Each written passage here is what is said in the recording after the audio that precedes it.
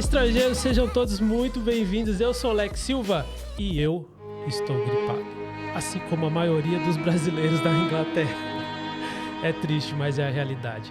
Enfim, né? Estamos vivos e estamos bem. Continuando, hoje temos um episódio incrível, uma história super bacana, super motivadora, mas antes, é claro, de apresentar a nossa convidada, eu gostaria de falar do pessoal que acredita, que apoia o nosso sonho e o nosso projeto. Começando por eles, é claro, Excellent Cut. Se você, meu amigo, mora aqui em Swindon e região, precisa dar um talento no cabelo, na barba, no bigode, vem para Excellent. André e companhia vão te dar um excelente tratamento. E você, mulher, que gostaria de dar um upgrade aí na sua beleza, na sua autoestima e surpreender o maridão, Única. Lá você vai encontrar tratamentos estéticos que vão te deixar na sua melhor versão. Olha aí que legal. Única é o lugar que vai te dar um tratamento único que você merece. Para você, mulher, que gosta de ter tudo personalizadinho do jeito que você gosta, no seu business, na sua casa, na sua festa, Love Details. Tem tudo o que você precisa do seu jeitinho. A queridinha de UK, Love Details. Recadinhos dados, esqueci de alguém, produção? Muito bom. Agora eu gostaria de ir direto ao ponto, apresentar a minha convidada especial, que de um tempo pra cá tem sido minha brother. Ai, Deus coloca algumas pessoas muito especiais em nosso caminho e nós somos muito gratos por isso. Então, senhoras e senhores, sem mais delongas, Morgana, deixa eu ler aqui para não errar. Mardegan. Falei certo? Yeah. Seja muito bem-vinda. Tudo bem? Tudo bem, graças a Deus. Obrigada pela oportunidade, né, de estar aqui. É um prazer e uma honra poder participar desse momento com vocês. E sou muito grata. Para quem não sabe, deixa eu apresentar devidamente, né? Geralmente os nossos convidados, ao chegar aqui, falam assim, gente, que estúdio bacana, arrumadinho, bonitinho e tal. A verdade é que nós não fizemos nem 50% do que era para fazer, do que a Morgana nos ajudou e nos orientou. Mas mesmo assim, o estúdio ficou muito bacana. Então, para quem já veio aqui, para quem vai vir ainda, se você olhar o ambiente e falar, nossa, que bacana, tudo ideia dela, gente. Só tem os dedinhos. Mas é muito legal. Eu sempre falei, né? Eu não sou decoradora, para quem todo mundo pergunta. Eu falo para todo mundo, eu sou futriqueira, porque eu gosto, é uma paixão, na verdade, né? Mas se você vier aqui em Swindon e andar nos melhores business da cidade, dos brasileiros, tem o dedinho dela. Eu gosto muito, sempre foi uma paixão, realmente. Decoração, decorar ambientes, futricar sobre isso, mexer com... É algo que eu falo assim... Eu futrico em relação a isso, né? Nunca fiz faculdade disso, não era minha área. Eu já ajudei a fazer vários casamentos, aniversários, não aqui, fora. Aqui eu fiz alguns, mas tentei ir para o lado desse business, mas me frustrei com algumas coisas e falei, acho que não é para mim. Mas eu gosto. Eu falo que é um hobby, na verdade, né? A gente, quando gosta de algo... não adianta. A gente pode parar de fazer aquilo, mas aquilo, como se diz, está na gente. Então, é algo que eu gosto muito. E sempre que todo mundo fala, vem aqui, dá uma olhadinha, o que eu posso melhorar, o que eu posso fazer. E eu falo que é muito prazeroso a gente poder ajudar alguém e chegar num lugar e falar assim, olha, ficou legal porque você ajudou. Então, é gratificante, na verdade. Essa seria a palavra. Muito bom. Então, fala para o pessoal de casa como a Morgana... veio parar, não na Terra da Rainha, porque você não veio direto para cá, né? Mas como a Morgana saiu do Brasil, como começou essa história da Morgana estrangeira? A minha história, acho que é longa. Temos tempo. Você tem tempo? É longa a história. Eu saí do Brasil, basicamente, aos meus 23 anos de idade, eu creio. 5 anos atrás, mais ou menos. Só isso, gente. Eu vivi uma vida, assim... É difícil, eu não vou nem começar lá da infância, como todo mundo, a gente vem com traumas, problemas. Tive coisas boas, coisas ruins, né? E graças a Deus, assim, tive uma vida boa, mas a gente sempre traz algo desde lá de trás, né? E tive um casamento muito conturbado no Brasil e me separei. E por causa disso, eu não gostaria mais de ficar no Brasil. Então, não gostaria. Eu não me via vivendo lá. Então, eu já tinha tentado, acho que 5 vezes ir para os Estados Unidos. Tinha dado errado. Uau. Na minha adolescência, tentei algumas vezes e não consegui. E tive a oportunidade, aos meus 23 anos de idade, por uma pessoa que morava lá. E, assim, na verdade, eu tive várias pessoas que foram me ajudando. Eu falo, quando a gente sai do Brasil, é até engraçado, né?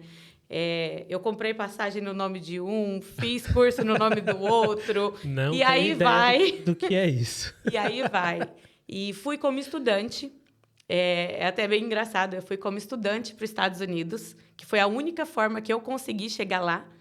O meu visto, na época, era de 3 meses. E eu tive que ir direto para uma escola. E lá eu fiquei trancada dentro da... Trancada assim, né? A gente teve que ficar na escola, porque a gente chegava, eles retiam o nosso passaporte, e eu tive que ficar os 3 meses. Só que, quando eu saí do Brasil, foi até engraçado, porque a minha irmã, se um dia ela escutar isso, ela vai lembrar. Eu me lembro que ela fez uma lista para mim, com várias perguntas, tipo assim, como que eu pedia para ir no banheiro, para tomar um café, porque eu não sabia nem como eu ia chegar no aeroporto. E fui com a cara e a coragem, largando muita coisa para trás, chorando muito, muito desiludida quando eu saí do Brasil, porque eu vivi uma fase muito difícil e tive essa oportunidade de sair e falei, vou por 1 ano e volto. E nesse período, é aquela velha história, eu vou passar 1 ano fora e volto. E tive que deixar minha filha para trás, que eu falo assim... que de tudo que eu fiz em toda a minha vida, acho que eu faria tudo de novo, só acho que não deixaria ela. Mas eu também entendo que o Senhor tem um motivo para todas as coisas, né? E fui para esse 1 ano, passei 3 meses nessa escola, onde foi muito engraçado, porque como era uma escola internacional e tinham pessoas do mundo inteiro, e a gente era obrigada a ficar nos quartos com pessoas que não eram da sua nacionalidade. E no meu quarto era eu que falava português, uma vietnamita, uma coreana e uma da Suíça-Zelândia que falava francês. Então, vocês imaginam como que era a comunicação. E ninguém, basicamente, falava o inglês de verdade. Torre de Babel. Era assim, a gente se comunicava por mímica e aquilo era hilário. Mas, enfim, consegui superar os 3 meses, né? E quando o meu visto venceu, e eles me deram o passaporte, me levaram direto para o aeroporto. Eu, ao invés de ir para o aeroporto, eu fui para outra cidade. E lá comecei a minha vida de imigrante. Na verdade, meio que escondida, né? Porque nos Estados Unidos não tinha o direito de ter o documento. E ali eu vivi quase que 9 anos, eu creio. Uau. Mais de 8 anos nos Estados Unidos. E todo mundo fala, ai, como é viver ilegal nos Estados Unidos? Não é fácil, mas eu viveria... sem preocupação de novo, sabe? E eu falo que os Estados Unidos foi a minha maior escola, em todos os sentidos. Quando eu cheguei nos Estados Unidos, eu tenho uma outra história muito engraçada também. Pode contar. Cheguei... essa você vai rir bastante. Cheguei, né, como todo imigrante. Na verdade, eu tinha, acho que, muita garra, 23 anos. Queria trabalhar que nem uma louca. Trabalhava de manhã, de tarde, de noite. E nisso, eu tinha uma tia que foi quem me ajudou muito, que eu falo assim, que foi minha segunda mãe, alguém que o Senhor colocou assim na minha vida, muito especial. E, a princípio, eu morei na casa dela, creio que uns 8 meses. Eu dormia num colchão de ar, dormia no colchão, acordava no chão todos os dias. Eu falo... Hoje, as pessoas olham para você e não sabem tudo que você passou lá atrás, né? Isso, assim, eu estou contando resumidamente, muito resumido. E acho que depois de 8 meses que eu saí da casa dela, fui morar também com umas amigas. Aquilo a gente dividia várias meninas em um quarto. E aí comecei eu trabalhava durante o dia na rota de cleaner. À noite fazia alguns offices. De madrugada, às vezes, fazia bancos ainda. E no outro dia de manhã, estava na rota de novo. Tinha dias que eu ia trabalhar, assim, dormindo nas casas. Mas eu tinha uma garra que eu falo assim... eu precisava daquilo, né? Tinha deixado uma filha para trás e eu tinha muita vontade de vencer. Isso eu sempre tive. E era assim, eu queria ficar porque eu via uma nova oportunidade para mim, mas muito sofrida por ter deixado os meus pais, a minha família, a minha filha para trás, que era o que mais me pegava. Então, eu acho que eu tinha muita gana de vencer, de pagar tudo que eu tinha deixado para trás, de sobreviver a tudo aquilo, né? Eu saí do Brasil, como eu disse, eu sofri um relacionamento muito abusivo, em vários sentidos. Então, isso foi o que... Quando eu cheguei nos Estados Unidos, eu falava assim, eu não quero mais relacionamento, eu não quero mais homem na minha vida. Enfim, eu queria trabalhar mesmo. Essa era a minha vontade. E eu lembro que eu arrumei um trabalho à noite, que era meio que um restaurante boate. Até a meia-noite era restaurante, passava da meia-noite era boate, aquilo eu limpava os banheiros lá. E tinha dias que eu ficava na cozinha. Porém, era assim, a gente ganhava, eu não me lembro exato valores, era eu e uma amiga minha, e a gente ganhava, acho que era $150 para trabalhar à noite, só que ganhava mais de 300 de tip à noite. Uau. Então, aquilo era muito bom. Partiu os Estados Unidos. Não, aí a gente falava assim, uau, né? E só que trabalhamos alguns meses e eles pediram um documento. E a gente não tinha. E eu, e agora? O que eu vou fazer? Isso está me ajudando muito. Vai eu e uma amiga minha tirar um xerox de um documento para tentar levar pelo menos a cópia, porque ia o medo de levar o original e ainda ficar sem. E nessa, a gente era, acho que 1h da madrugada, lá nos Estados Unidos se fala FedEx, a Kinko's, né? E a gente foi tirar um xerox. E, resumindo, eles chamaram a polícia para a gente. Nisso, eu fui presa.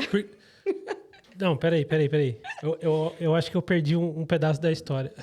Você foi tirar uma xerox de um documento seu. Meu e dela. Porque a gente queria tirar xerox dos documentos para não apresentar os originais.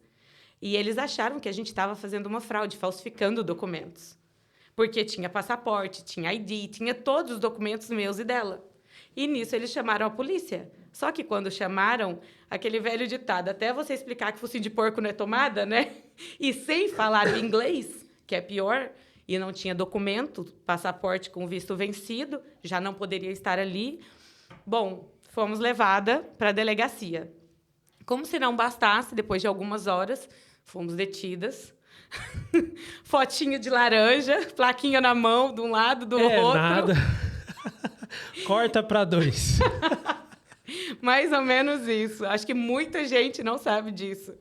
E, gente, hoje eu falo assim, hoje a gente ri, né? Mas foi desesperante. Eu imagino. E foi muito desesperante, porque eu estava no meu carro quando a gente foi detida, e pela placa do meu carro, gente, eles fuçaram a minha vida e descobriram tudo o que podia e não podia. Inclusive, a minha tia, meus parentes, que estavam ligados no mesmo endereço. E, ou seja, todo mundo era ilegal. E, ou seja, todo mundo ficou morrendo de medo. Passei, acho que depois de 24 horas que eu estava lá, passei por julgamento. Mas eles não acreditavam, eles não tinham provas que era uma fraude, porém, eles não acreditavam que a gente estava falando que só estava tirando um xerox. E, resumindo, deteram-nos para cadeia mesmo. Eu sei que na 4ª noite... E aí é que veio engraçado. Eu falo assim que a minha vida é cheia de emoções. Eu vivo o milagre do Senhor. Eu falo que se isso não é milagre... eu quis contar isso, não pelo fato de ter sido presa, mas para vocês entenderem o que o Senhor fez e faz na minha vida. Eu falo desde então.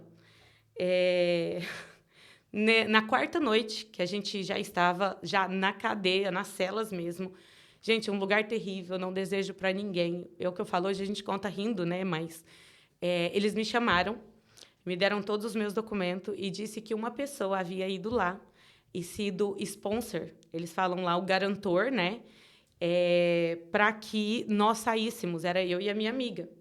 Se eu não estou enganada, ele pagou $1.600 por cada uma. Ele tinha uma casa no nome dele em que ele colocou como que se diz? Como garantia, né? Para que nós saíssemos e que se acontecesse algo, se nós cometêssemos algum erro no país, ele perdia a propriedade dele. Penhorou a casa. Mais ou menos isso. E assinou para a gente sair. Uau. E aí, quando eles nos chamaram no office lá, eles mostraram tudo isso, deram o endereço, o nome da pessoa. o pagamento que havia sido feito e que nós estávamos liberadas. Mas aí é que veio o mais interessante, essa pessoa nunca existiu. Eu tentei ir atrás dessa pessoa inúmeras vezes. Eu fui no endereço, a casa não existia. Eu tenho todos os documentos guardados na minha mãe, no Brasil hoje, e essa pessoa nunca existiu. E por isso que eu falo, se isso não é um milagre, ou se Deus preparou isso, eu não sei o que é. Esse nome nunca existiu, a pessoa nunca existiu, e ela está lá, assinado, o valor foi pago, e nós saímos. Então, assim, isso eu falo assim, já começa por aí as primeiras experiências que eu tive nos Estados Unidos. Isso foi antes de conhecer o meu marido, que eu tenho hoje.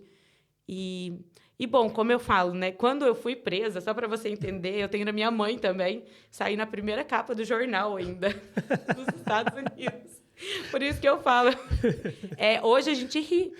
Mas naquela época foi desesperante. Alguém vai visitar a mãe, aí ela fala, tem umas fotos da minha filha aqui para você ver. Na capa do jornal, falando, imigrante vai ser deportado, está preso, vai ser deportado, algo assim.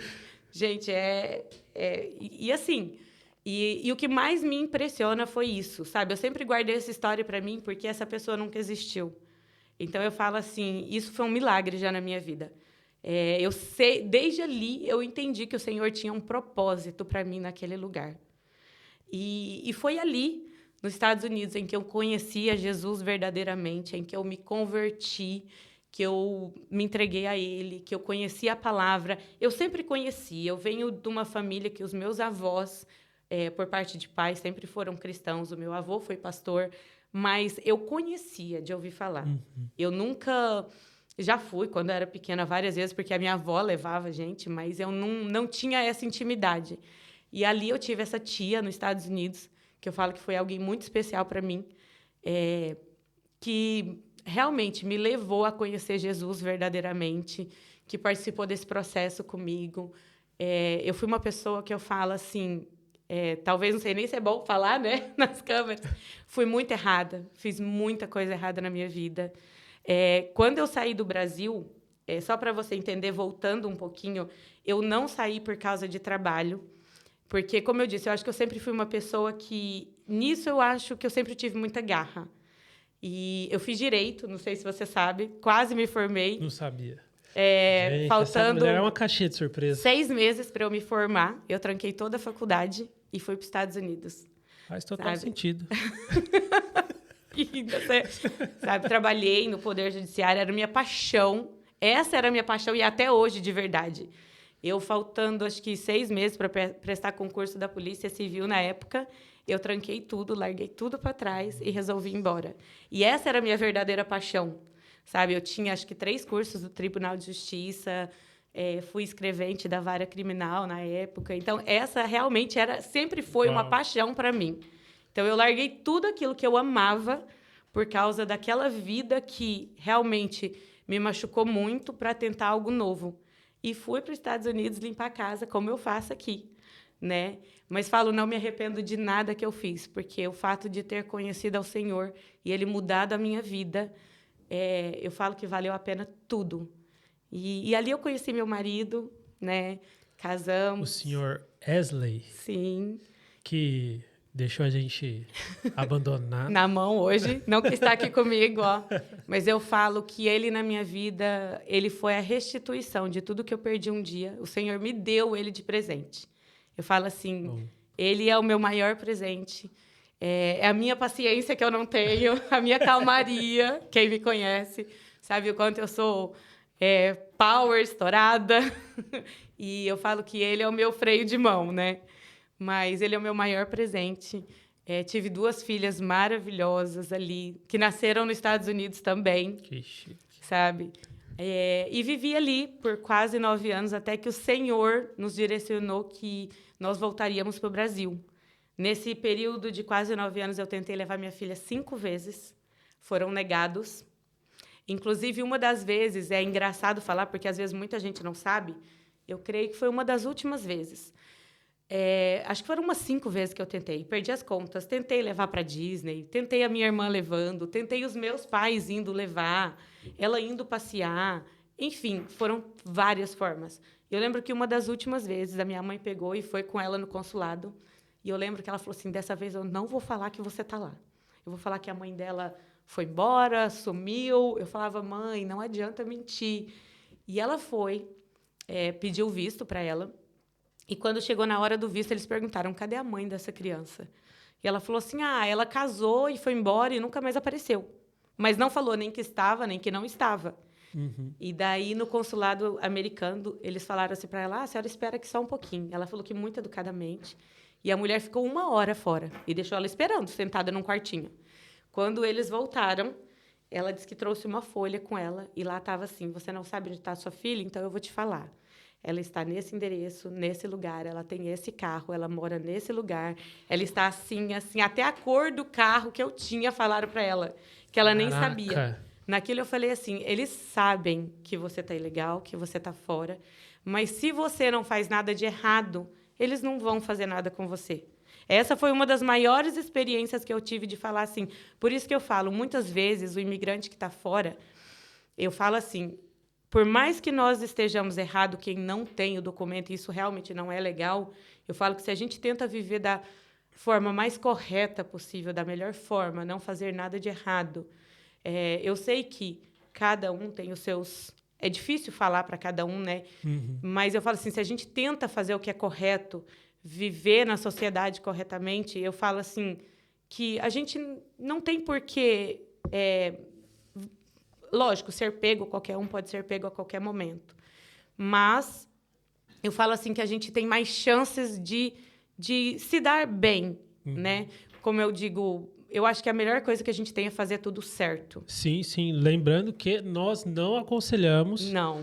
você que está nos assistindo aí do Brasil ou qualquer outro lugar do mundo morar em outro país ilegalmente. Não, não é isso. Nós não aconselhamos até porque é muito difícil. Né? Muito. Eu falo... Muita gente vende uma falsa ideia de que não, vem, seja para cá ou para qualquer outro lugar, vem que tem emprego, que é fácil. Gente, não é. Eu tô contando e a gente conta coisas, brinca, fala piadinhas e tal, mas só quem sai sabe o que passou, sabe? As dificuldades, os problemas. É como eu falei, às vezes que você dorme em quarto com não sei quantas pessoas, divide casas com... Eu já morei em casas que a gente ficou com 14 pessoas quando chegou aqui, sabe? Quando a minha tia nos recebeu aqui mesmo, acho que a gente estava em mais de 14. Uau. Isso ninguém vê, né? Então, assim, te contando, voltando ali, não, como você mesmo disse, eu não disse que eu acho legal as pessoas virem ilegalmente. Mas a gente sabe que existem casos assim. Eu dei um exemplo do que aconteceu comigo. Como eu disse, eles sabem de tudo que acontece com você. Às vezes passa em branco uma coisa ou outra, mas eles sabem. Eles sabem quem está ilegal, eles sabem quem está certo, quem está errado. Isso aí pode ter certeza, sabe? E eu sei que ali eu vivi, como disse para você, uns 9 anos, até que o Senhor nos direcionou a ir embora, né? Porque eu não conseguia mais ficar sem a minha filha. E esse foi o maior motivo pelo qual eu decidi sair dos Estados Unidos. Uhum. A gente passou muita dificuldade, eu e meu marido lá. Me lembro, só para vocês terem uma ideia, como você falou de emprego, né? Que o povo acha que é todas mil maravilhas. Quando eu me casei, eu lembro que o Wesley estava numa fase muito boa, porque ele mexia na construção, com os irmãos dele, ele trabalhava, e eu no cleaner. E nós nos casamos no sábado, quando foi na segunda-feira, não sei se vocês vão se lembrar, em 2007, estourou a bolha imobiliária nos Estados Unidos. Uhum. Foi naquele final de semana em que eu me casei. Ele voltou na segunda-feira para trabalhar, porque a gente não podia nem ter lua de mel na época, de tão apertado que estava. E quando ele voltou para trabalhar, eu lembro que foi naquele final de semana e falaram assim para ele, a gente não tem previsão de emprego nem para os próximos 6 meses. Aquilo ele já se desesperou. E eu lembro que a gente passou uma fase muito difícil no começo do casamento. A gente chegou a entrar em dívidas de cartão de crédito de quase 10 mil para sobreviver, para comer. Isso porque nós dois trabalhávamos, sabe? E não era fácil. É como você falou, as pessoas acham que é tudo muito fácil. Entregamos um carro que tinha e por aí vai. A gente conta, resumidamente, o rápido, o fácil que as pessoas vê. Mas a vida aqui fora não é esse mar de rosas que todo mundo pensa, né? Tem as dificuldades também. E eu lembro que a gente passou muita dificuldade lá. Graças a Deus, eu creio que o Senhor sempre nos sustentou, sabe? Sempre nos ajudou. Vencemos, como se diz, o que a gente passou, né? E passa até hoje. Por isso que eu falo, eu acho que assim, eu falo que a minha vida ela é um milagre, dia após dia. E aprovo que o Senhor nos direcionou a voltar para o Brasil. Nós voltamos para o Brasil. Ali eu vivi 2 anos. A gente ia morar em Curitiba a princípio, porque eu tinha familiares lá até então. E foi tão, assim, do Senhor, que é outra coisa que eu conto, que eu falo assim... Por isso que eu falo que a minha vida é direcionada pelo Senhor, literalmente. Porque quando o Senhor nos direcionou a ir embora, o Senhor falou primeiramente comigo, eu falei, amém, né? Se é para mim, então o Senhor vai colocar no coração do meu marido também. E, enfim, o Senhor foi nos mostrando que era a hora. E eu fiz um pedido para o Senhor, no dia que ele me falou que ele ia me levar de volta.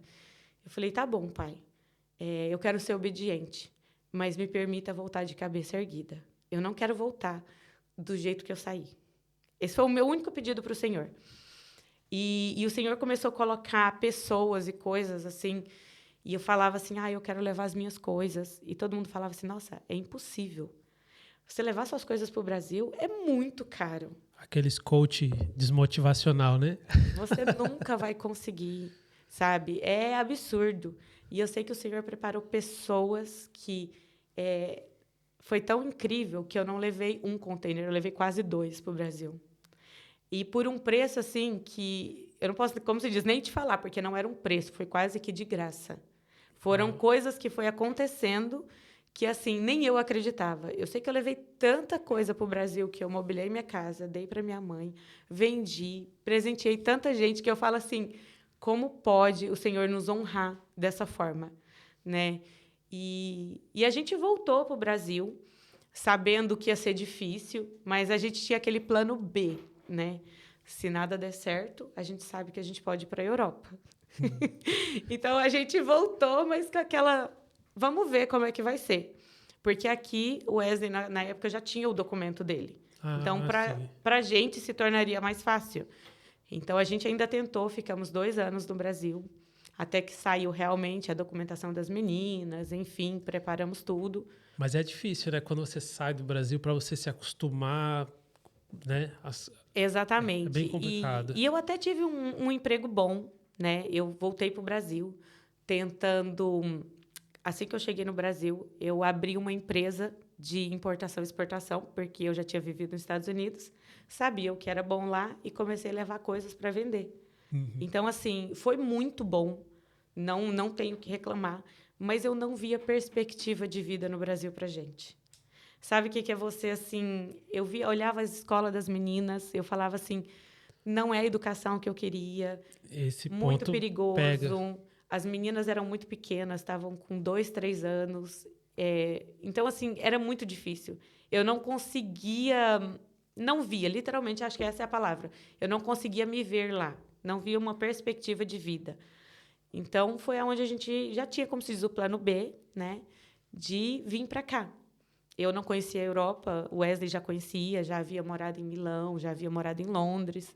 E ele veio bem... Acho que aos 17, 18 anos de idade, ele foi para a Itália, que também teve uma história bem difícil para conseguir tudo isso, né? E aqui nós começamos, né? Eu tive a família dele, os tios que ajudaram a gente. Como eu falei, quando a gente chegou, a gente morava numa casa com 14, acho que era 14. Gente, era hilário. Mas eu falo assim, e era bom ainda, assim, era muito bom. Porque a gente vê o quanto a gente era unido, o quanto o Senhor nos abençoou, o tanto Ele nos guardou, né?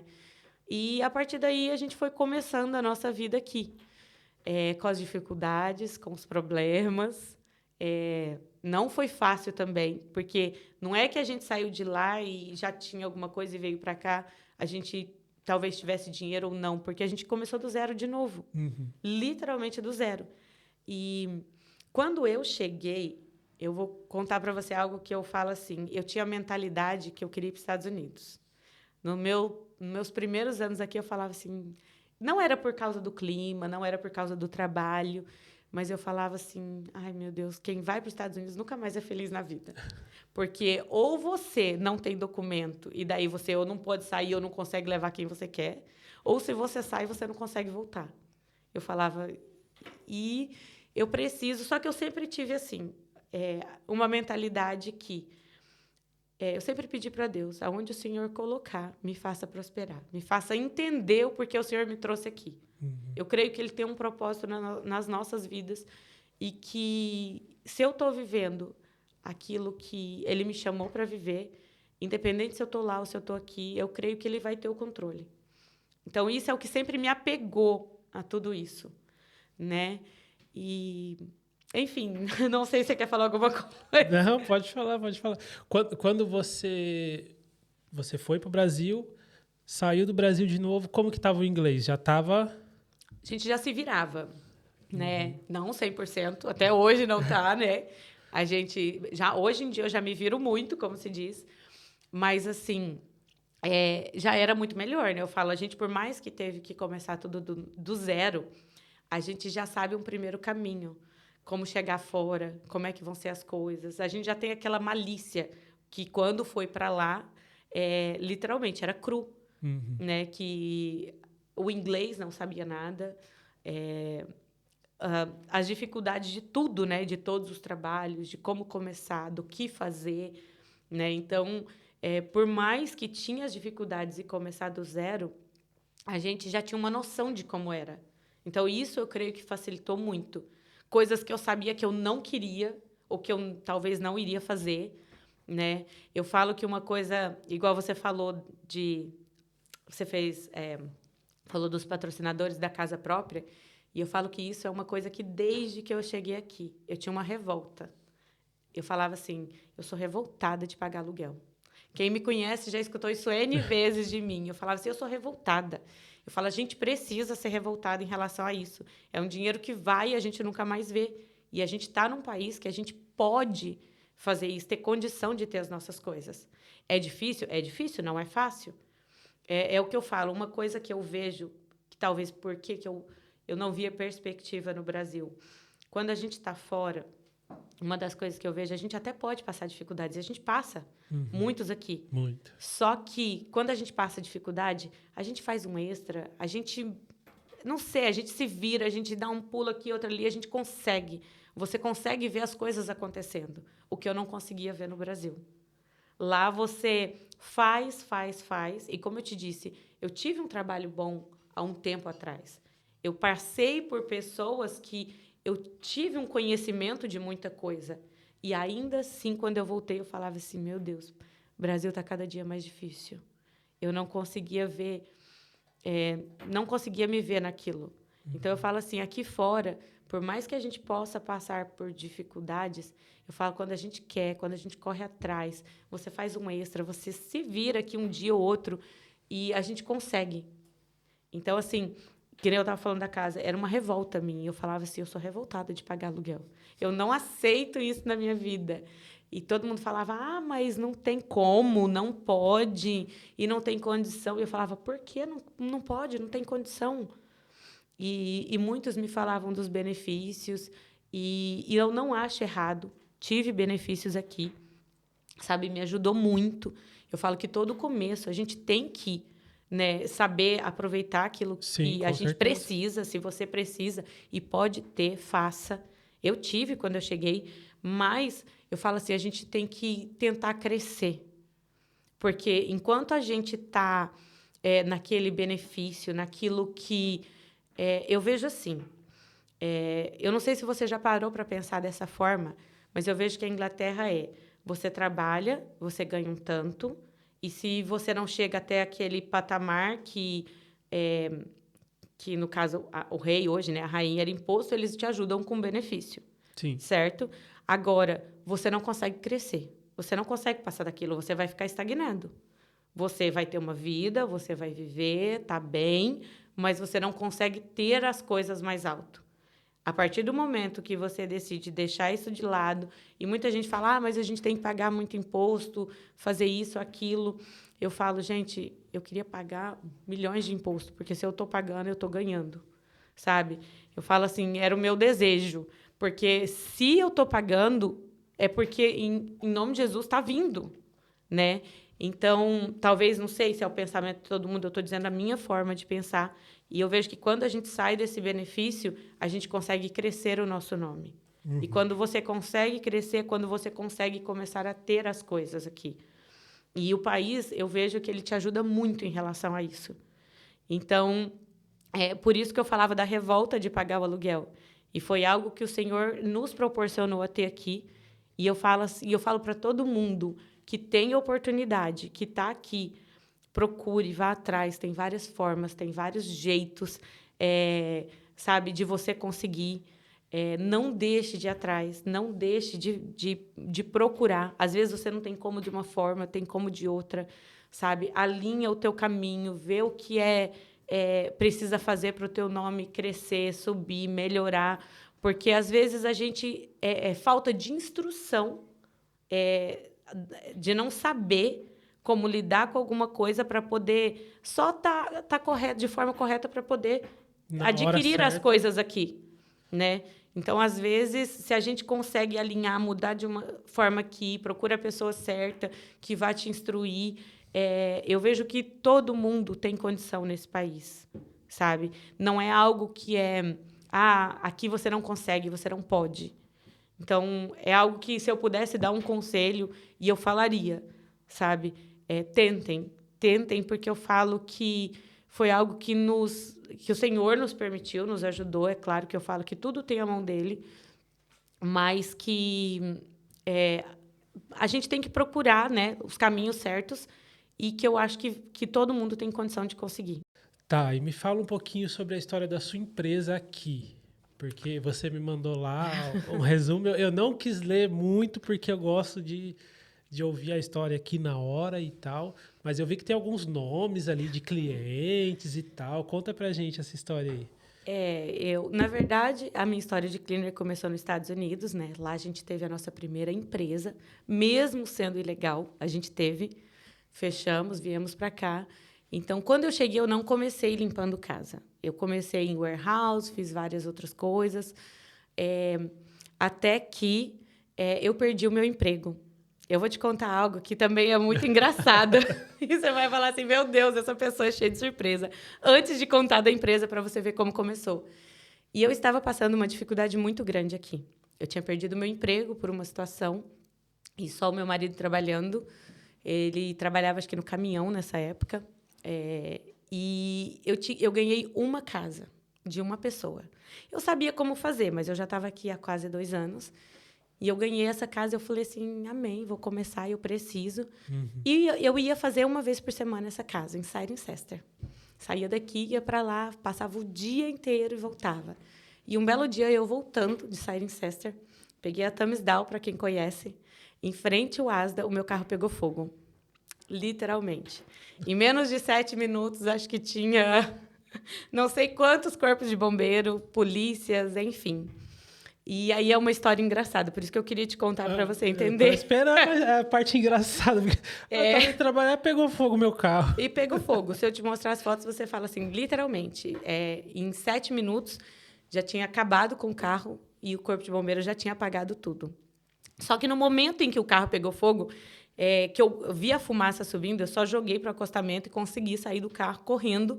E foi tudo muito rápido. Vinha um caminhão na outra direção da Thamesdown e saiu um senhor de dentro com um extintor de incêndio e tentou apagar o fogo, mas era algo muito grande, não conseguiu. E eu lembro que ele falava assim para mim, não se preocupa, vai dar tudo certo. E eu lembro que ele chamou a polícia, ele que chamou os corpos de bombeiro, conversou com todo mundo, falou que tinha visto, serviu de testemunha.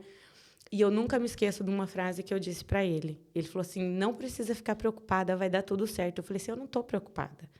Se Deus está me tirando ele vai me dar algo melhor. E eu me lembro que foi a única frase que eu disse. E ele olhou assim para mim e falou, o quê? Como assim? Você está doida, né? E eu falei assim, não, eu não estou preocupada. Eu só estou preocupada porque eu estava a caminho de buscar minha filha da escola, faltava 5 minutos para ela sair da aula. Meu marido trabalhando, enfim, liguei para a escola para falar o que tinha acontecido, né? E, enfim, eu sei que quando tudo acabou ali, o meu carro foi levado, guinchado, porque literalmente acabou o carro. E ele pegou no final e falou assim, você pode me mandar as fotos que você tirou do carro? Eu queria mostrar para minha esposa. E eu falei, posso. E troquei as fotos com ele lá. Eu sei que, passado 2 ou 3 dias, ele me mandou uma mensagem, muito educadamente, perguntando se eu estava bem, se estava tudo ok comigo. Eu agradeci, disse que estava bem. Ele falou assim, me desculpe fazer uma pergunta indiscreta, mas como eu te ajudei, ele me ajudou a tirar todas as coisas que estavam dentro do carro. E o mais engraçado é que eu tinha recebido, naquele dia, acho que quase 2 ou 3 semanas de limpeza, e estava tudo assim no meio do carro, e ele tirou até o dinheiro. E ele falou assim, como eu te ajudei a tirar todas as coisas do carro, eu percebi que você tinha os produtos de limpeza, as coisas, você trabalha com isso? Eu falei, sim, eu trabalho com isso. E ele falou, você não quer ajudar minha esposa na casa dela e no office? Aí eu ri, né? E falei, claro que eu quero.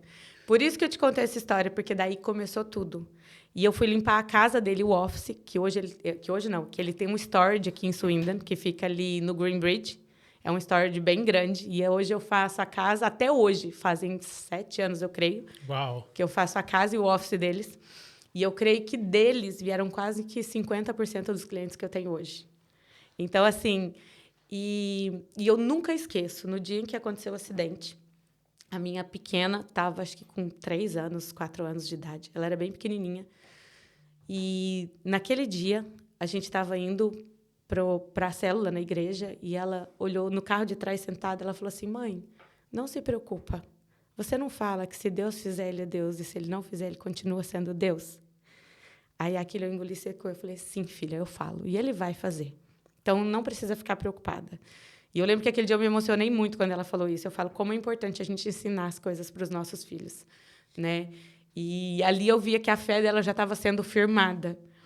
E eu falei, e ela precisa entender que não é da gente, é o Senhor que faz na nossa vida. E eu lembro que,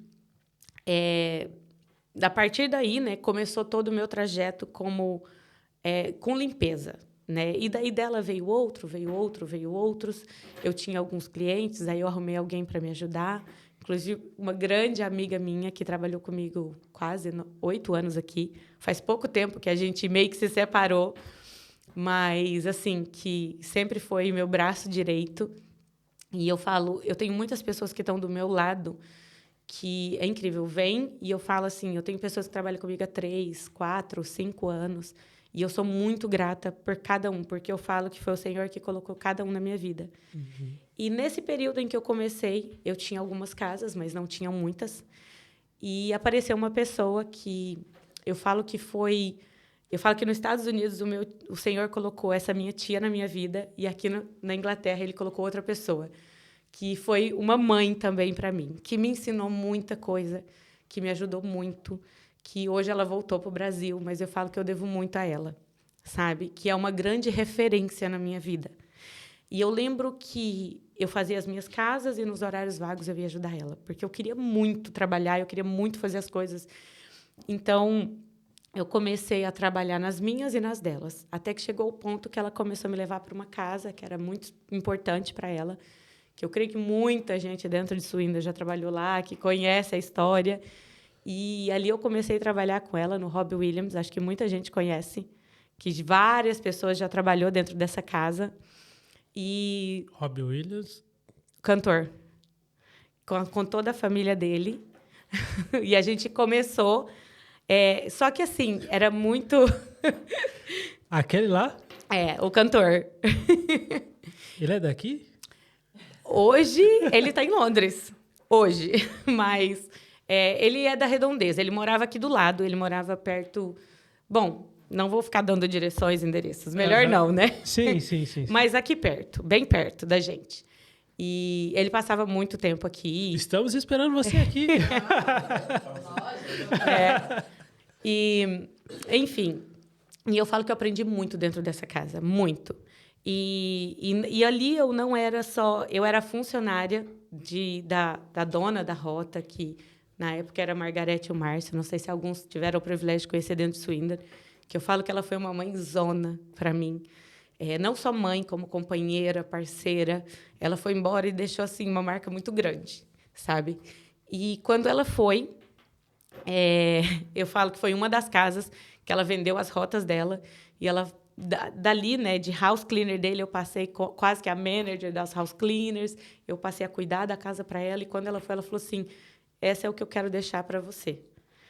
E eu já havia trabalhado com a família há alguns anos, né, junto com ela, daí ela foi embora, eu continuei sozinha na casa, daí já como dona da rota, mas até então eu já tinha uma rota grande, porém não tinha registrado. E por causa dessa família em específico, veio eu montar, eu me registrar. Porque até então eu era registrada como self-employer. Eu fazia tudo certo, mas era registrada como self-employer. Daí a ter uma empresa começou por causa deles, porque eu precisava ter uma empresa, né? E eu falo que essa família foi muito bênção na minha vida, porque eu aprendi muito dentro dessa casa. Eu falo que, assim, quando a gente vai, o Senhor, às vezes, nos coloca em certos lugares que não é porque tem dinheiro ou não tenho, porque eu falo, para mim não importa se eu limpo a casa mais simples ou se eu vou para a casa mais chique que tem. Eu sempre penso que eu tenho que fazer o meu melhor e tratar todos os clientes iguais. Só que a gente sabe que existem pessoas que talvez não possa pagar para que a gente possa fazer mais coisas, mas ainda assim eu falo, a gente tem que dar o nosso melhor. Mas ali dentro, como ele tinha condição de pagar mais horas e horas, e é uma casa que a gente trabalhava quase que 24 horas por 7, né? E a gente tinha que ficar à disposição. Eu falo que eu aprendi muito. Aprendi a me portar, eu tive que aprender a falar o inglês, porque eu fui colocada em um lugar, e eu me lembro, a Margarete muitas vezes falava assim, vai lá, você que tem que resolver, você que faz isso. Eu falava, meu Deus, quantas vezes aconteceram situações que eu descia para a lavanderia, eu chorava, daí eu limpava as lágrimas e falava assim, agora eu vou subir de novo. Eu preciso encarar isso. E eu enfrentava os meus gigantes, e ali, sabe, e consegui. E eu falo que o Senhor me deu a oportunidade de participar de muitas coisas com essa família, sabe? De ir a shows dele, assim, que foi muito intenso, de ver gravações dele, gravações de músicas, de participar de tudo isso, de aprender coisas que não é da minha vida comum. Então, eu falo, a gente precisa aprender a se portar em todos os lugares, porque a gente nunca sabe onde o Senhor vai nos levar um dia. Então, eu falo que isso o Senhor me ensinou muito dentro dessa casa, sabe? Teve muitos momentos difíceis, sabe? Mas eu falo que foi muito bom, porque eu aprendi muito. E não por ele, mas a partir do hall que eu estava, né? Começou a vir outros clientes, graças a Deus. E hoje, né, eu tenho... Não vou citar muito, mas não sei se você conhece, a gente trabalha com o James Farrell e o Adam Kay. Não sei se você conhece. O James Farrell é o produtor do Games of Thrones. Ah, só. Ele é o produtor do filme. O Adam Kay é um escritor muito famoso, que ele escreve quase todos os livros que os nossos filhos lêem na escola. Inclusive, ele chama Adam Kay por causa do programa... O livro dele, eu não vou me lembrar agora o nome, tem o Grey's Anatomy, e o dele é o Case Anatomy, aqui na Inglaterra. Uau. E aí ele escreve os livros de anatomia para todas as escolas quase que da Inglaterra, dando palestras, enfim. Ele é muito, muito especial.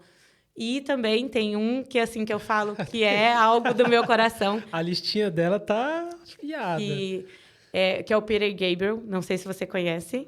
Por nome, assim... Esse é um cantor das mais antigas, né? Para quem conhece, ele é o cantor que era da banda Genesis antigamente, da época do rock and roll, Rolling Stones. Uhum. E hoje eu falo assim que a minha última fase que eu tenho passado na minha vida, por mais que eu falo, o Senhor me presenteou com esses clientes que eu falo que foram muito importantes em tudo que eu tenho passado e que me deram um suporte gigantesco. Isso eu vi demais, sabe? Entre vários outros clientes, não vou ficar também citando nomes aqui, não, né? Mas eu falo assim que o Senhor tem nos privilegiado com um rol de pessoas que, assim, eu sou muito grata pela oportunidade dele nos colocar em certos lugares que talvez eu nunca teria. É algo que eu falo assim...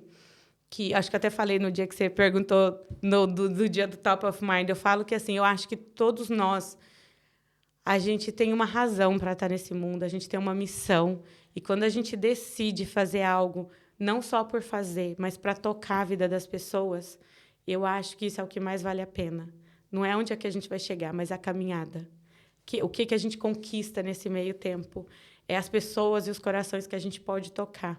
Eu falo que, às vezes, limpando casa, eu consigo... A gente vê tanta... Porque a gente vive num mundo, hoje em dia, com tanta depressão, ansiedade, doenças psicossomáticas. E, às vezes, eu entro em certas casas que, quando a gente limpa, as pessoas falam assim, você trouxe paz para a minha casa. E eu falo que isso não tem preço. Então, eu falo assim que, quando a gente consegue... Se você conseguir tocar a vida de uma pessoa, eu falo, isso já valeu a pena. Se a gente servir para mudar a vida de uma pessoa, eu falo que tudo valeu a pena. Beleza. Bom, e por falar em missão, né, para ajudar a gente a cumprir a nossa missão, que é levar informação, inspiração e entretenimento para o estrangeiro aqui, tem uma parte da sua história que eu tenho certeza que vai ajudar alguém aqui, né? Conta para a gente qual tem sido o maior desafio, né, nesses últimos meses, o que aconteceu com a vida da Morgana. Sim. Realmente foi muito desafiador para mim. E no meio de tudo isso, né, que eu estava te falando, de empreender, de fazer várias coisas, de vir para cá, há mais ou menos 11 meses, eu descobri, né, fui acometida de um câncer que eu não esperava. Foi algo realmente bem difícil, talvez para você entender um pouco, né? Eu vinha há vários meses sofrendo de muitas dores, muitas coisas. Fui em vários GPs, médicos, e eles nunca descobriam o que eu tinha. Falavam uma coisa, falavam outra coisa, faziam vários exames, mas nunca haviam descoberto.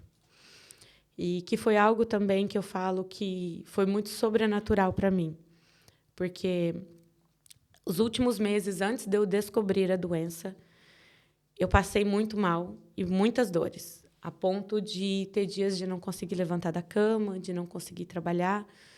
E quando eu realmente descobri esse câncer, eu me lembro que eu acordei numa manhã como se eu tivesse com torcicolo.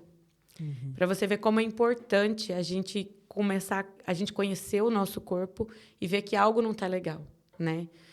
E eu lembro que eu acordei naquela manhã, era uma quarta-feira. Eu falo que eu lembro de detalhes, porque foi muito forte para mim. Tudo que eu passei esses últimos meses. E eu não conseguia me virar o pescoço. Era desse lado e eu não conseguia. E eu fui trabalhar ainda assim, com muita dor. Trabalhei na quarta, na quinta, na sexta-feira eu não conseguia me mexer. E eu lembro que meu marido falou, não vai trabalhar hoje, fica em casa. E ele foi no meu lugar.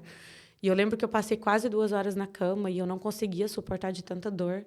E eu lembro que eu me levantei, olhei para o espelho e eu comecei a chorar naquele dia e falei assim, pai, eu não tenho mais forças.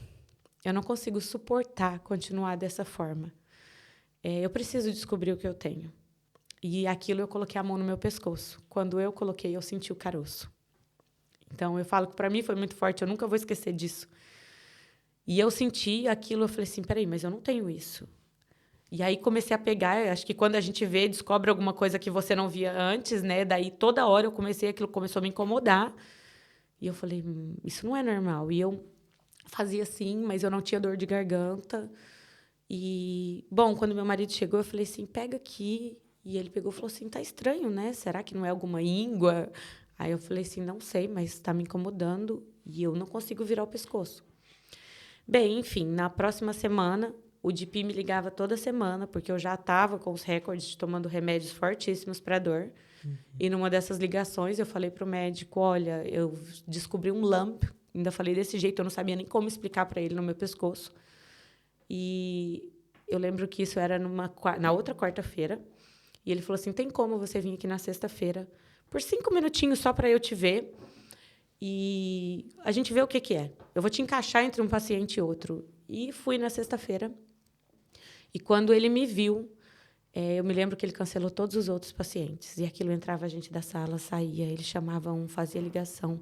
tentava marcar uma consulta, e eu fiquei ali por quase 2 horas. Uau.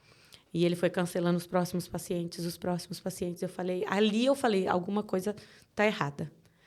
E depois de quase 2 horas, de um monte de gente vir me examinar, de pessoas entrar, sair, ele chegou com um papel e ele falou assim, eu falo que esse médico, o senhor colocou até isso, eu falo que o senhor preparou. Ele preparou pessoas que eu falo assim, que foram anjos que o senhor colocou no meu caminho. Porque eu lembro que ele pegou um papel e ele falou assim, olha, eu não consegui o que eu queria para você hoje, mas eu dei 48 horas para o hospital entrar em contato com você e marcar uma consulta de urgência e emergência. Se eles não marcarem, segunda-feira você pode voltar aqui. Mas eu saí dali tendo a certeza que algo tinha, né? E eu lembro que na segunda-feira o hospital me ligou, marcando uma consulta para quarta-feira de novo. E isso era no dia 16 de novembro. Eu falo que eu nunca vou me esquecer dessa data. No dia 16 de novembro eu fui para o hospital e tudo foi muito rápido. Porque eu cheguei no hospital para uma primeira consulta e aquilo, quando a médica me examinou, ela falou assim, eu posso fazer um exame aqui no consultório? Eu sei que ela fez, já enfiou uma câmera pelo meu nariz, ali mesmo. E ela falou assim, olha, você não tem nada na sua tireoide, está tudo limpo, mas eu preciso de uma ultrassom. Aí eu falei, tudo bem. Só que aqui na Inglaterra, a gente sabe o quanto tudo é demorado. Uhum. E eu passei por isso, tentando já há vários meses conseguir várias coisas. E eu via que tudo era demorado. Eu falei, vai marcar uma ultrassom, não sei para quando. Quando ela acabou a consulta, ela falou assim, olha, você vai descer para o peso de baixo, a tua ultrassom vai ser hoje. Aí eu falei assim, uau. Estava eu e minha filha comigo nesse dia. Eu desci e quando eu cheguei lá, tinha uma senhorinha, ela falou assim, olha, hoje a gente está atendendo o povo do NHS. Eu lembro que era 11 horas da manhã. Ela falou assim, você até 4 horas da tarde eu te encaixo. Nossa. Aí eu falei, não, tudo bem. Eu já perdi meu dia de trabalho, pensei comigo, né? Vou ficar aqui, estou com dor, daqui eu não saio. E eu lembro que a minha filha falou assim, tá, mãe, então já que vai demorar, eu vou ali no Costa buscar um café. Eu sei que não demorou 5 minutos, a médica que estava lá em cima desceu e ela entrou. Antes da minha filha chegar com café, e eu lembro que ela falou para a senhorinha se já tinha me encaixado. Ela falou assim que ia encaixar. Ela falou, não, você não está entendendo. Ela vai ser a próxima a entrar e eu vou entrar junto. Quando eu fui vendo isso acontecendo, eu falei assim, tem alguma coisa errada. Eu falei assim, ou Senhor, eu não sei o que está acontecendo. Foram coisas assim, uma atrás da outra. Naquilo, eu lembro que a minha filha, a Duda, foi entrando com o café, ela só olhou e falou, já vem junto. E eu entrei para a sala, fiz a ultrassom. Naquele primeiro instante, ela falou assim, olha, eu estou vendo um nódulo grande de cá. Mas ela até então não disse que era nada. Ela falou assim, mas eu vejo vários do outro lado. A gente ia fazer uma biópsia, mas a gente vai fazer 2. Aí ela me explicou como que era, como que funcionava. A gente vai colher o líquido, vai tirar um pedaço. E mais uma vez eu pensei, né, vai demorar quanto tempo para isso? Aí ela falou assim, a gente vai fazer agora. E aonde eu estava na mesa de ultrassom, já chamaram os médicos, me anestesiaram e ali fizeram a biópsia. E eu falei, meu Deus, alguma coisa está de errado. E ela usou o mesmo termo que o médico havia me falado no GP. Ela falou assim, você tem até 2 semanas para receber o resultado, porém eu vou colocar urgência e emergência em todos os seus papéis. E eu saí dali naquele dia. Eu lembro que dali do hospital eu fui para Chippenham, eu fui trabalhar ainda. Gente, aquele dia eu urrei. Aquele dia eu acho que foi o pior dia da minha vida, porque eu já tinha certeza que eu tinha algo. Eu acho que eu chorei mais do que o dia que eu recebi a notícia. E eu fui do hospital até Chippenham falando com Deus e pedindo para Ele, né, me direcionar, porque eu falei assim, alguma coisa tem. Eu sei que 1 semana depois, nesse período, minha filha foi internada, tive que ir para o hospital com ela. E eu falo assim, parece que quando uma coisa acontece, vem N outras, assim, parece um turbilhão de coisas, né? E eu lembro que ela tinha acabado de receber alta na outra quarta-feira. Quando eu cheguei em casa com ela, eles me ligaram do hospital falando assim, você pode estar aqui em 1 hora? Aí eu posso. E eu lembro que foi no dia 22 de novembro, fui para o hospital. E ali eu recebi o diagnóstico, né? Que eles me deram, falando que realmente tinha sido detectado, era um câncer. E eu estava com uma viagem marcada para o Brasil, para o dia 26 de dezembro, depois de quase 9 anos sem ir, 8 anos sem ir para o Brasil. Aí eu olhei para ela e falei, não, eu não posso, eu tenho uma viagem marcada para o Brasil. Ela só olhou e falou assim, não, você não vai fazer nada. Você não está liberada para viajar. Aí ela foi começando a me explicar e eu não tinha reação. Eu não sabia com o que eu estava lidando. Eu falo que foi tudo muito... Naquele instante, eu acho que foi os 5 minutos mais longos da minha vida. Eu acho que em 1 minuto eu vi a minha vida passando na minha frente. Eu falo assim, que eu pensei na minha casa, na minha família, no meu marido, no meu trabalho. Eu pensava assim, em tudo que eu conquistei, o que vai ser agora da minha vida. Eu que nunca conseguia nem sair do trabalho porque eu achava que as coisas não iam funcionar. E eu falei assim, e agora? Eu estou perdendo tudo. E eu lembro que eu não conseguia falar nada para a médica. E ela só falou assim, você quer me perguntar alguma coisa? E eu disse para ela, tem alguma coisa que eu não posso fazer, ou que eu precise fazer? Eu não sabia nem o que perguntar.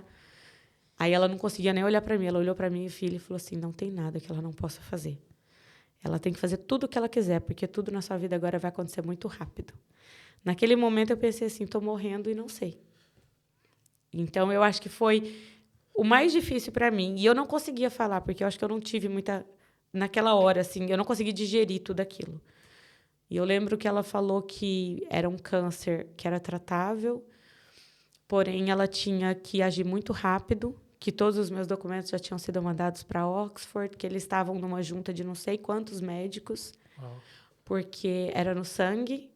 Eu não sei se você conhece, mas eu fui diagnosticada com linfoma de Hodgkin, que eu estava no estágio 2, e que se eu chego no estágio 4 é onde se torna leucemia. Eu não passo por nenhuma cirurgia, porque ele é no sangue.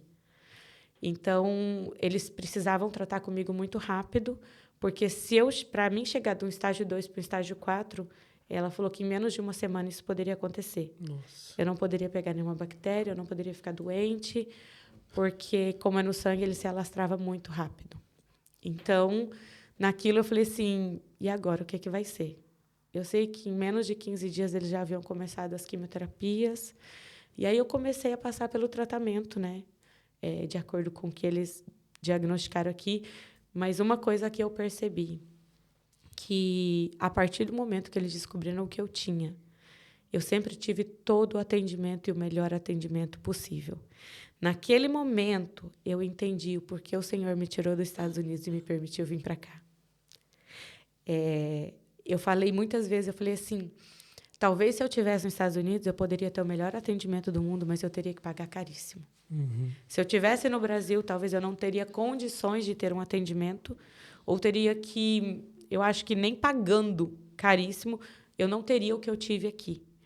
E eu falo que eu tive o melhor atendimento possível. Eu tive todos os...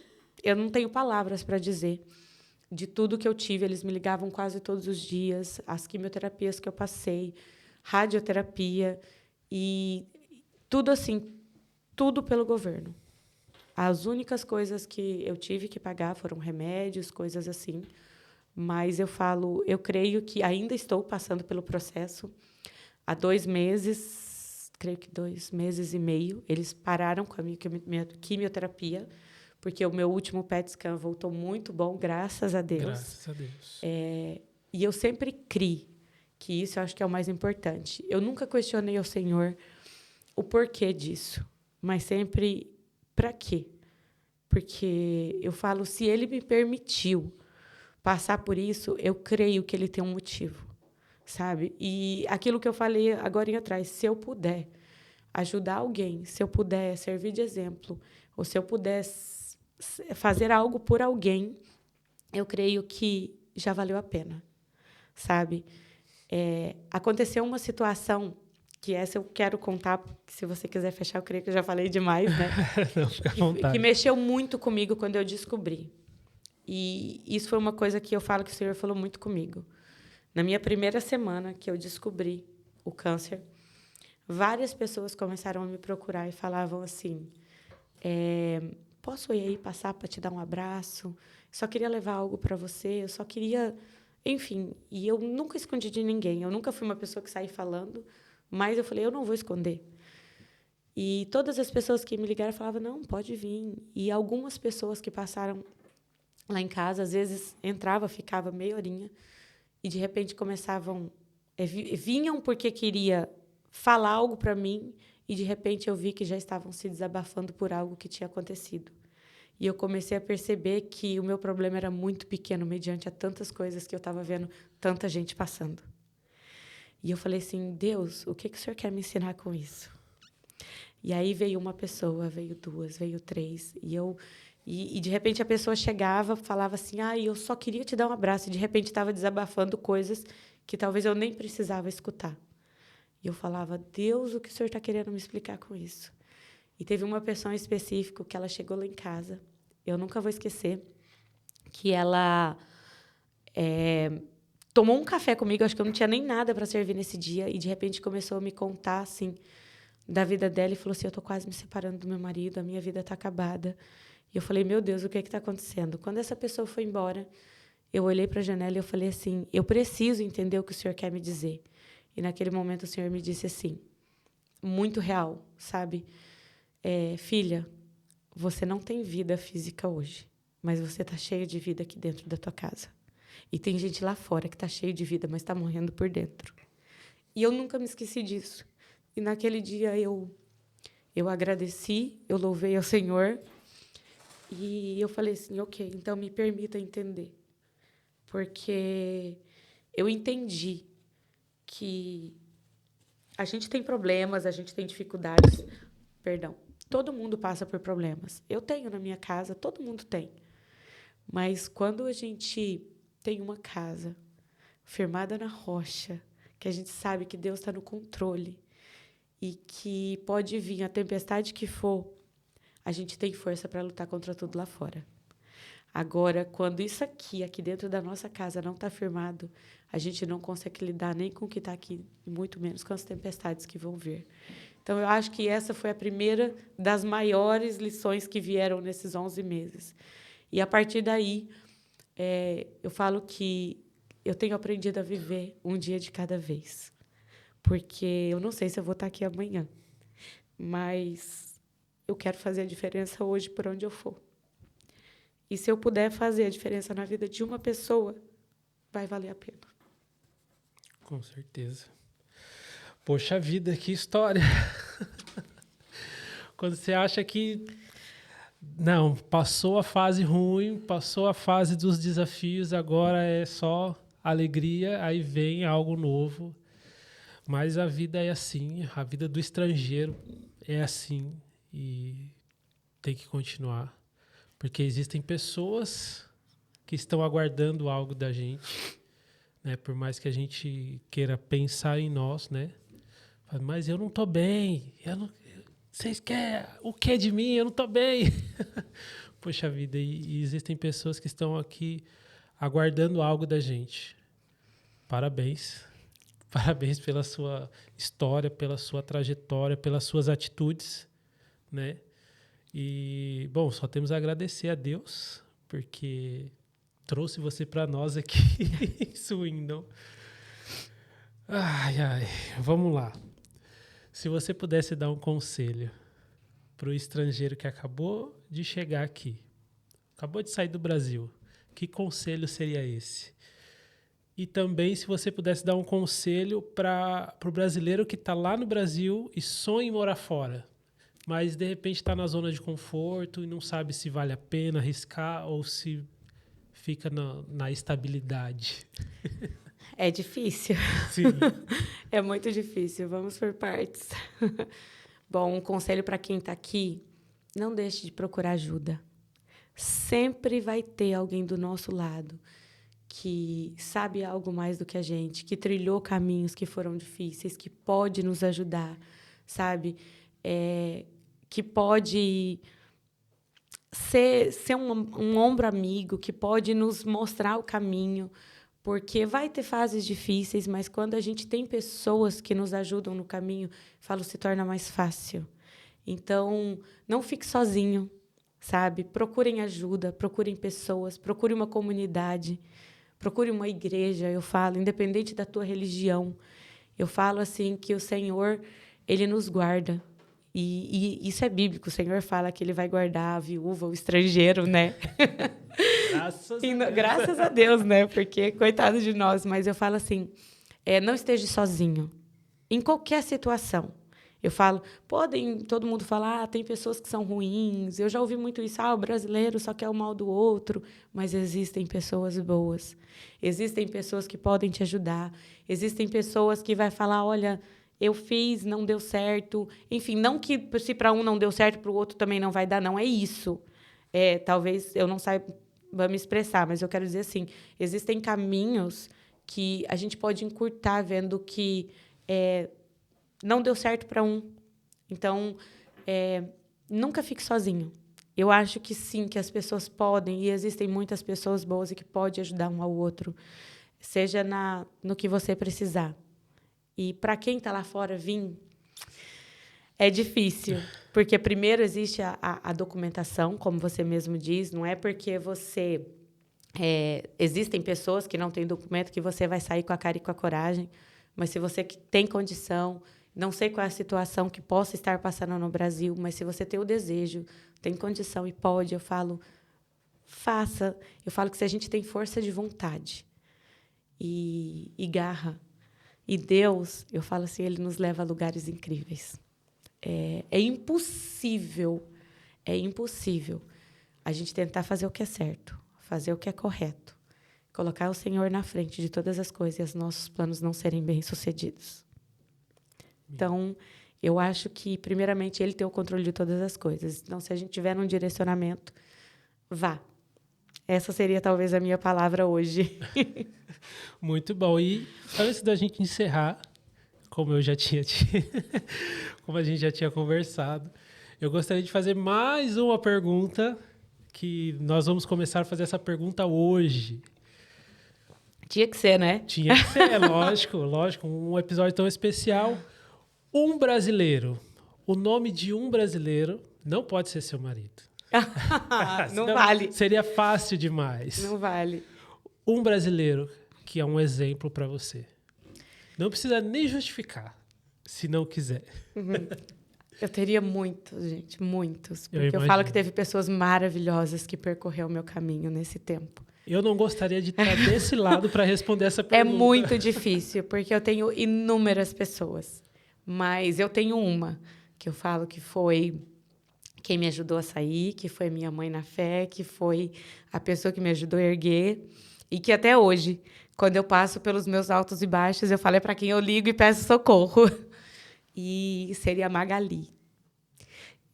Magali Leite. Hoje ela mora nos Estados Unidos, mas eu falo que ela, nesse percurso de imigrante, se falando de sair do país, eu falo que ela foi a minha maior estaca fora. E que, quando eu olho para ela, eu tenho orgulho e falo assim, eu quero ser assim. Eu quero ser forte como ela é. Ela deve ser muito forte mesmo, porque para você querer ser forte igual ela, meu Deus. Então, Magali, né?